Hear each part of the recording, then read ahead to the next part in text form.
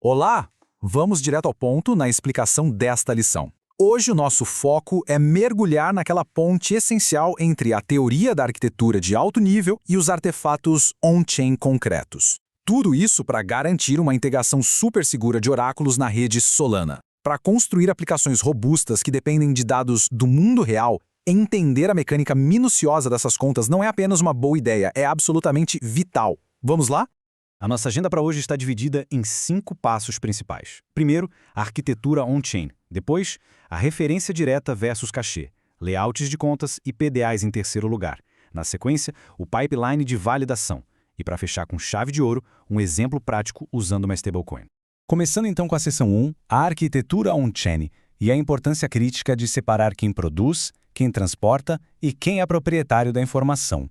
Essa frase ilustra de um jeito brilhante o modelo mental que a gente precisa adotar por aqui. Pense o seguinte, a rede de sensores, como a Python ou a Switchboard, cuida de todas as observações brutas e de toda aquela agregação pesada off-chain. Enquanto isso, a aceitação determinística e as verificações de estado vivem lá dentro da blockchain, atuando como um controlador de borda implacável. Ou seja, a complexidade matemática fica toda do lado de fora e a segurança determinística bem enxuta fica do lado de dentro. Passando agora para a seção 2, referência direta versus cache. Afinal, onde deve morar a validação? Colocando essas duas abordagens lado a lado, temos escolhas e trade-offs bem claros. A referência direta a uma conta de preço externa é, sem dúvida, a opção mais leve para a blockchain. Ela economiza o tão falado custo de rents da Solana e evita taxas de escrita. Mas o detalhe é que ela força cada cliente a incluir a conta do oráculo na própria transação. Já o armazenamento em cache faz o caminho inverso, centraliza a validação e agiliza muito a vida de quem está operando na ponta. O custo disso? Bom, o cache vai exigir o pagamento de rents para uma conta própria e precisa de um atualizador dedicado que não pode falhar. E o coração desse modelo de armazenamento em cache é justamente o PDA de cache. Basicamente, trata-se de um endereço derivado de programa que guarda de um jeito muito seguro o estado daquele preço confiável para o nosso programa referenciar depois. Na prática, esse PDA é criado com sementes bem deterministas, tipo o símbolo do ativo misturado com o ID do programa do oráculo. É exatamente ali que o dado validado vai residir de forma definitiva. O que nos leva à seção 3, layouts de contas e PDS. Como é que a gente otimiza ao máximo esse espaço de armazenamento on-chain? Imaginar a serialização on-chain como as prateleiras de um armazém gigantesco ajuda bastante. Funciona assim: os campos quentes, aqueles itens que o programa acessa o tempo todo, como o preço atual ou o slot, precisam ficar espremidos lá na frente, com acesso super rápido. Por outro lado, aqueles dados mais pesados de proveniência, ou um histórico que quase nunca é chamado, têm que ir para os fundos do armazém, em uma área de extensão ou até mesmo ser mantidos inteiramente off-chain. Para ter uma ideia visual clara, uma alocação mínima para uma conta de cache vai pedir exatos 81 bytes. Olhando os offsets vitais de perto, a chave pública da autoridade pega 32 bytes. O preço precisa de 16 bytes só para dar conta das casas decimais em ponto fixo, e o slot e o timestamp levam 8 bytes cada um. Compactar essas informações usando layouts binários rígidos é o que garante que as unidades de computação e os custos de rente sejam cortados pela raiz. Agora, um detalhe estrutural que é literalmente inegociável. O primeiríssimo byte da conta tem que ser sempre reservado para uma tag de versão de serialização. É só um pequeno controle, quase sempre um simples número U8, mas é ele que salva o protocolo ao garantir que migrações de dados futuras ocorram de forma segura e totalmente compatível com as versões anteriores. Sem isso, o sistema corre o risco de ler puro lixo na memória. Seção 4. O pipeline de validação. Vamos destrinchar as regras determinísticas necessárias para provar dados do oráculo. Estruturar um manipulador de instruções como um pipeline linear e super rigoroso é de longe a melhor prática arquitetural aqui. A ordem das coisas importa demais. Primeiro, a gente verifica a identidade do feed. Depois, a autoridade de quem está mandando a atualização.